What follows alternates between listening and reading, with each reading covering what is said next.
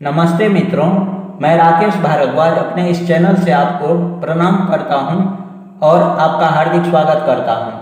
आज मैं जन्म कुंडली अध्ययन सीखने के क्रम में जिस विषय को लेकर उपस्थित हुआ हूं वो विषय है ग्रह मैत्री अर्थात ग्रहों की मित्रता। क्योंकि जब तक हम यह नहीं जान लेंगे कि कौन कौन ग्रह किन किन ग्रहों से मित्रता रखते हैं, किन किन ग्रहों से उनकी शत्रुता होती है और किन किन ग्रहों के साथ वो सम रहते हैं, तब तक हम जन्म कुंडली में ग्रहों के प्रभाव को समझ ही नहीं सकते। ग्रहों की मित्रता का अगर सही सही जानकारी न हो तो जन्म कुंडली का सही फल कथन संभव ही नहीं है। आज मैं ग्रह मैत्री को इतने स्पष्ट और सहज तरीके से समझाने का प्रयास करूंगा कि आपके सारे उलझन और सवाल स्वतः ही समाप्त हो जाएंगे। शास्त्र में 3 प्रकार के ग्रह मैत्री का वर्णन है। एक नैसर्गिक मैत्री, जिसे स्वाभाविक मैत्री भी कहते हैं। दूसरा तात्कालिक मैत्री अर्थात जन्म कुंडली में ग्रहों के भाव विशेष में बैठे होने पर उनकी मित्रता। और तीसरा पंचधा मैत्री अर्थात नैसर्गिक और तात्कालिक मित्रता को जोड़कर निकाली गई मित्रता। सबसे पहले हम ग्रहों के नैसर्गिक मित्रता को जान लेते हैं।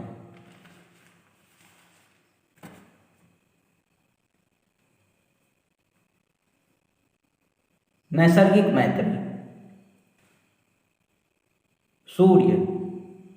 सूर्य, चंद्रमा, मंगल और बृहस्पति को नैसर्गिक मित्र मानते हैं।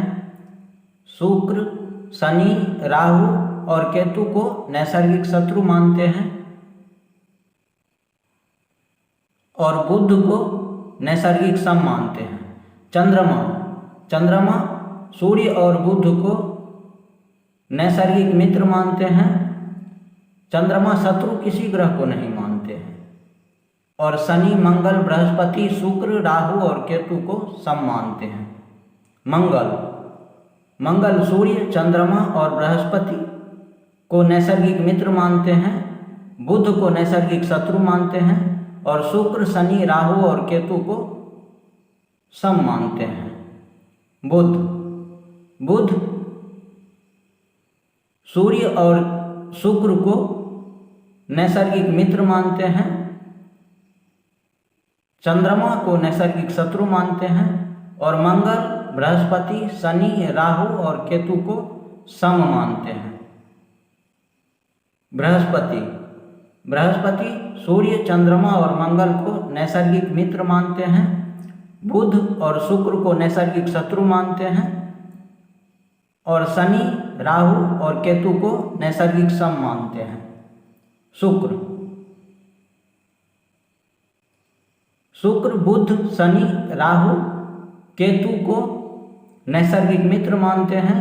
सूर्य और चंद्रमा को नैसर्गिक शत्रु मानते हैं और मंगल, बृहस्पति को नैसर्गिक सम मानते हैं। शनि, बुध, शुक्र, राहु और केतु को नैसर्गिक मित्र मानते हैं। सूर्य, चंद्रमा और मंगल को नैसर्गिक शत्रु मानते हैं और बृहस्पति को नैसर्गिक सम मानते हैं। राहु, बुध, शुक्र, शनि और केतु को नैसर्गिक मित्र मानते हैं। सूर्य, चंद्रमा और मंगल को नैसर्गिक शत्रु मानते हैं और बृहस्पति को नैसर्गिक सम मानते हैं। केतु बुध, शुक्र, शनि और राहु को नैसर्गिक मित्र मानते हैं। सूर्य, चंद्रमा और मंगल को नैसर्गिक शत्रु मानते हैं और बृहस्पति को नैसर्गिक सम मानते हैं। यहाँ एक चीज समझ लीजिए, सम मतलब जो न मित्र है और न शत्रु। यही ग्रहों की नैसर्गिक मैत्री है। अब तात्कालिक मैत्री को समझ लेते हैं। कोई भी ग्रह जन्म कुंडली के जिस किसी भी भाव में बैठे रहते हैं, वहां से दूसरे, तीसरे, चौथे और 10वें, 11वें और 12वें भाव में बैठे ग्रहों से तात्कालिक मित्रता रखते हैं। और प्रथम अर्थात जिस भाव में ग्रह बैठे होते हैं उसी भाव में अगर कोई और ग्रह बैठे हैं और 5वें, 6वें, 7वें, 8वें और 9वें भाव में बैठे ग्रह से तात्कालिक शत्रुता रखते हैं। आइए उदाहरण से समझते हैं। ये मैंने एक चार्ट बना लिया है। मान लीजिए किसी भी भाव में कोई भी ग्रह, मान लीजिए लग्न में ही प्रथम भाव में ही मान लीजिए यहाँ पर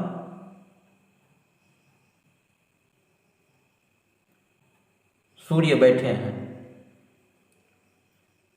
तो सूर्य यहाँ पर प्रथम भाव अर्थात लग्न में ही है, तो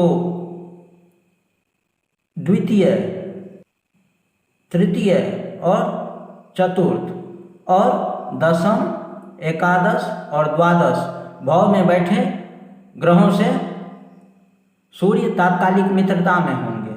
और जहाँ सूर्यदेव बैठे हैं अगर यहीं कोई ग्रह आके और बैठ जाए तो उस ग्रह से और 5वें, 6वें, 7वें, 8वें और 9वें भाव में बैठे ग्रहों से सूर्यदेव की तात्कालिक शत्रुता हो जाएगी। मतलब जन्म कुंडली के जिस भी भाव में कोई ग्रह बैठते हैं वहाँ से दूसरे, तीसरे, चौथे, 10वें, 11वें और 12वें भाव में बैठे ग्रहों से उनकी तात्कालिक मित्रता होती है। और कोई भी ग्रह जन्म कुंडली में जहाँ बैठे होते हैं अगर वहीं कोई ग्रह आके बैठ जाए तो उस भाव से, 5वें भाव से, 6ठे भाव से, 7वें भाव से, 8वें भाव से और 9वें भाव में बैठे ग्रहों से उनकी तात्कालिक शत्रुता हो जाती है। अब हम पंचधा मैत्री को समझ लेते हैं। नैसर्गिक और तात्कालिक मित्रता को जोड़कर ही पंचधा मैत्री निकाली जाती है। पंचधा मैत्री से हम जन्म कुंडली में ग्रहों की मित्रता, अति मित्रता, शत्रुता और अति शत्रुता के बारे में जानते हैं। मित्र, अतिमित्र, शत्रु, अति शत्रु और सम, पंचधा मैत्री से हम जानते हैं।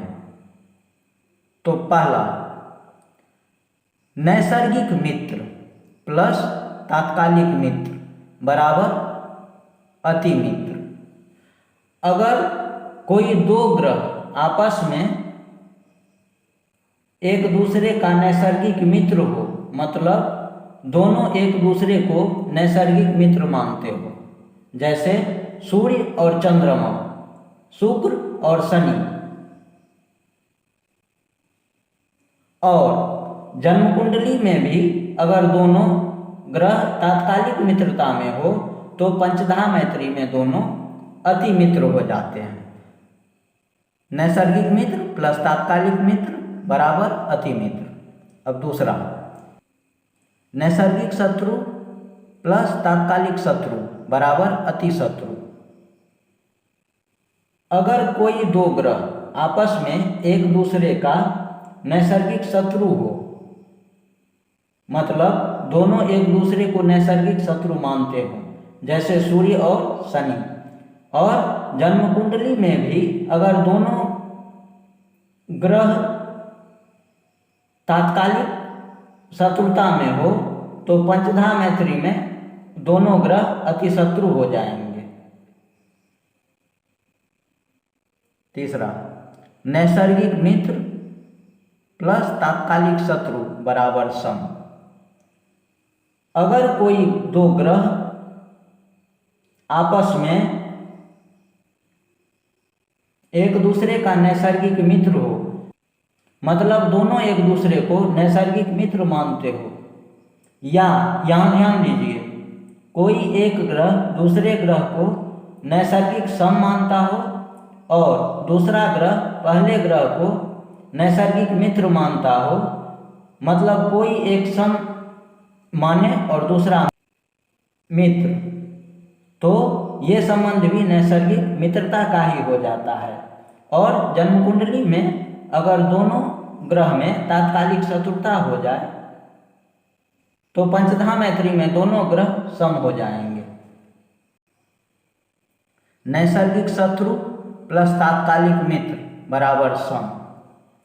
अगर कोई दो ग्रह आपस में एक दूसरे का नैसर्गिक शत्रु हो, मतलब दोनों एक दूसरे को नैसर्गिक शत्रु मानते हों, या यहाँ फिर ध्यान दीजिए, कोई एक ग्रह दूसरे ग्रह को नैसर्गिक सम मानता हो और दूसरा ग्रह पहले ग्रह को शत्रु मानता हो, मतलब कोई एक दूसरे को सम माने और दूसरा शत्रु, तो ये संबंध भी शत्रुता का ही हो जाता है। और जन्म कुंडली में अगर दोनों ग्रह में तात्कालिक मित्रता हो जाए तो पंचधा मैत्री में दोनों ग्रह सम हो जाएंगे। नैसर्गिक सम प्लस तात्कालिक मित्र बराबर मित्र। अगर कोई दो ग्रह नैसर्गिक रूप से एक दूसरे के सम हो, मतलब दोनों एक दूसरे को सम मानते हो, जैसे शनि और बृहस्पति, और जन्म कुंडली में अगर दोनों ग्रह तात्कालिक मित्रता में हो तो पंचधा मैत्री में दोनों ग्रह मित्र हो जाएंगे। और नैसर्गिक सम प्लस तात्कालिक शत्रु बराबर शत्रु। अगर कोई दो ग्रह एक दूसरे का नैसर्गिक सम हो और जन्म कुंडली में अगर दोनों ग्रह तात्कालिक शत्रुता में हो तो पंचधा मैत्री में दोनों ग्रह शत्रु हो जाएंगे। आशा करता हूँ कि जानकारी आपको अच्छी लगी होगी। अब आज आपसे आज्ञा चाहता हूँ। प्रणाम।